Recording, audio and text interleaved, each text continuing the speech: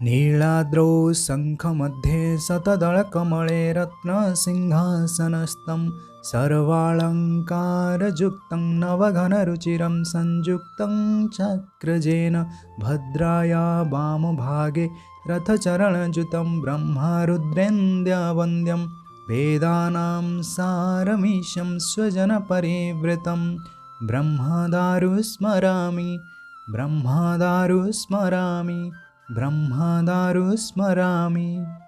तो नमस्ते दोस्तों, आप सभी को रहस्यमय उड़ीसा यूट्यूब चैनल पर स्वागत करते हैं। आज इस वीडियो में हम आपको भगवान श्री श्री जगन्नाथ जी का एक अलौकिक और दिव्य कथामृत को सुनाने जा रहे हैं। कलयुग में भगवान श्री श्री जगन्नाथ जी नीलाचल धाम में पावन श्री पुरुषोत्तम धाम में मानवीय लीला कर रहे हैं। भक्तों के मन में श्रद्धा और विश्वास जागृत करने के लिए समय समय में अद्भुत लीला प्रदर्शन करते हैं। जब परमपिता भगवान श्री ब्रह्मदेव श्री मंदिर प्रतिष्ठा करने पुरुषोत्तम धाम आए थे, एक बार राजा इंद्रद्युम्न से कहा था कि इसे साधारण लकड़ी से बना हुआ प्रतिमा मत समझना। ये दारु ब्रह्म साक्षात भगवान श्री महाविष्णु हैं। 14 ब्रह्मांड और समस्त चराचर के स्वामी है।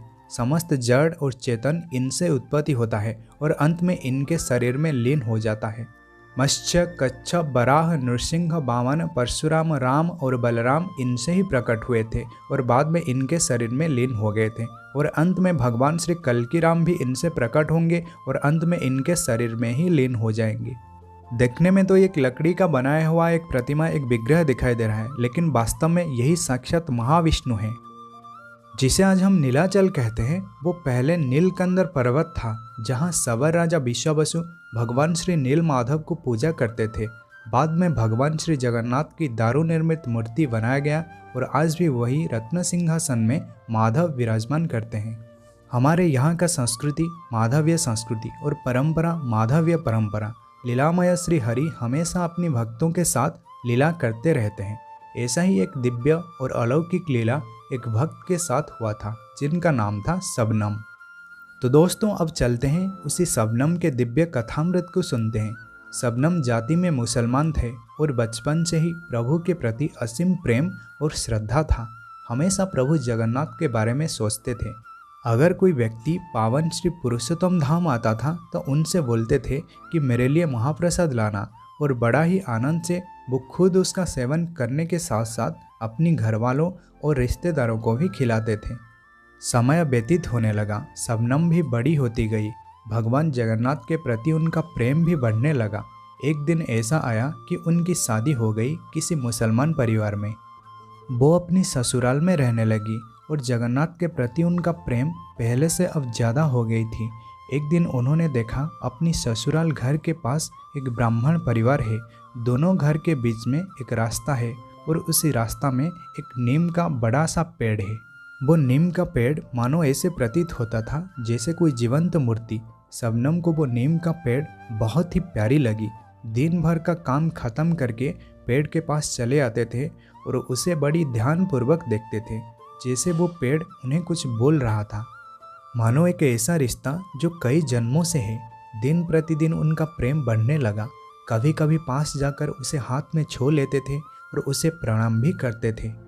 ऐसे समय व्यतीत हुआ, क्या दिन क्या रात, उनके प्रति प्रेम श्रद्धा बढ़ने लगी। एक दिन ऐसा हुआ कि वो नीम का पेड़ शबनम के साथ बात करने लगे। उन्हें बड़ा आश्चर्य हुआ, ये कैसे हो सकता है? एक पेड़ वो कैसे बात कर सकता है जिसका कोई जुबान नहीं?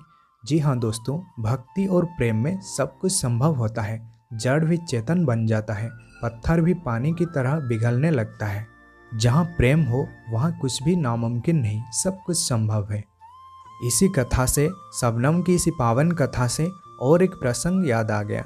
वो है भगवान श्री चैतन्य महाप्रभु की। जब श्री चैतन्य पहली बार श्री मंदिर आए थे भगवान श्री जगन्नाथ के दर्शन करने के लिए, उनकी स्पर्श मात्रा से पत्थर भी पिघलकर पानी बन गया था। अगर आप में से कोई श्री मंदिर आए हैं तो इसी चिन्ह को जरूर देखे होंगे। वो आज भी एक निशानी के तौर पर मौजूद है। श्री चैतन्य महाप्रभु भगवान श्री जगन्नाथ की दर्शन गरुड़ स्तंभ के पीछे से करते थे। गरुड़ पछरु चाहती जेबे ब्रह्मा शंकर, केउ स्थानु प्रभु चाहिबी कह श्रीमुख तुर। एक भक्त बड़ा ही विनय भाव से प्रभु से विनती कर रहा है कि हे सकल चराचर के स्वामी, जब ब्रह्मा और शंकर हाथ जोड़कर गरुड़ स्तंभ के पीछे से तेरा दर्शन कर रहे हैं तो मैं कहाँ खड़ा होऊंगा। मैं तो स्वभाव से ही अधम और महापतित महामूर्ख हूँ। मेरे जैसे प्राणी तेरा कहाँ से दर्शन करेंगे। शबनम की भक्ति और प्रेम भगवान श्री जगन्नाथ के श्री चरणों में ऐसा ही था। शबनम और पेड़ काफ़ी समय तक बातचीत करते थे, बहुत सारी बातें। बीच बीच में पेड़ सावन सावन बुलाते थे और शबनम बोलते थे कि मेरी नाम तो शबनम है, लेकिन आप मुझे सवन क्यों बुलाते। पेड़ बोलता था कि मेरे मुख से तुम्हारी नाम उच्चारण नहीं होता, इसीलिए मैं तुम्हें सवन बुलाता हूँ। पेड़ शबनम से बोलते थे कि देखो, तुम्हारे और मेरे बीच में जो वार्तालाप हो रहा है ये किसी को मत बताना। कभी कभी पेड़ बोलते थे मुझे थोड़ा पानी देना। शबनम उसे पानी पिलाते थे, कभी कभी नारियल का पानी भी देते थे। बड़ा प्रेम से वो सब ग्रहण करते थे। पेड़ भी कभी कभी शबनम को अपना मीठा रस पान करवाते। इसी तरह दोनों के बीच में प्रतिदिन दिन प्रतिदिन प्रेम बढ़ने लगा। एक दिन के बाद शबनम रात को सो रही थी। अचानक उनके सपने में नीम का पेड़ आ जाता है और अपने पास तुरंत आने को आज्ञा देता है। शबनम एकदम से नींद से उठ जाती हैं और दौड़कर पेड़ के पास चली आती है। दूर से देख रही है एक बहुत बड़ा सांप जो कि पेड़ के ठीक ऊपर है, जोर जोर से गर्जन कर रहा है। उसे देखकर शबनम डर गए, प्रणाम करके फिर सोने चले आई। थोड़ी देर सोने के बाद फिर वही नीम का पेड़ सपने में आता है और शबनम से कहता है, शबनम तुझे डर लगी क्या? मुझे डरना मत, मेरे ऊपर हमेशा सर्प रहते हैं मुझे सुरक्षा देने के लिए। कुछ ही दिनों तक फिर दोनों के बीच में ऐसा ही चलता रहा। फिर एक दिन पेड़ सपने में आता है और शबनम से कहता है कि कल तुम मेरे पास मत आना, वहाँ पर कुछ होने वाला है। सुबह शबनम उठकर देखती है तो पेड़ के पास कुछ ऑफिसर लोग खड़े थे जो जोर जोर से चिल्ला रहे थे। कुछ देर बाद फैसला हुआ कि वो नीम का पेड़ शबनम के ससुराल वालों का नहीं बल्कि वो ब्राह्मण घर का। इसी घटना से शबनम को बहुत कष्ट हुई। इसी साल ही भगवान जगन्नाथ का नव कलेवर हुआ।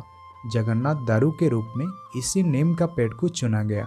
पुरी से पंडा लोग आए, नृसिंह मंत्र जाप करके पेड़ का छेदन किया। भगवान जगन्नाथ का नूतन दारू विग्रह इसी पेड़ से ही बना। पेड़ के बिना शबनम यहाँ अस्थिर होने लगे और पुरुषोत्तम धाम चले गए। लेकिन भगवान श्री जगन्नाथ की लीला बड़ा ही अद्भुत और बड़ा ही विचित्र है। शबनम जब भी भगवान श्री जगन्नाथ की प्रतिमा को देखते थे तभी उन्हें नीम का पेड़ नजर आता था।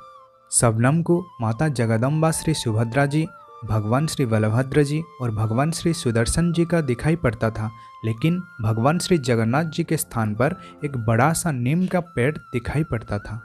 भक्त के लिए प्रभु किसी भी रूप को धारण कर सकते हैं। भक्त की रक्षा करने के लिए कभी वो मत्स्य अवतार लेते हैं, कभी वो बराह अवतार लेते हैं और कभी वो नृसिंह बनकर खंबा से प्रकट होते हैं।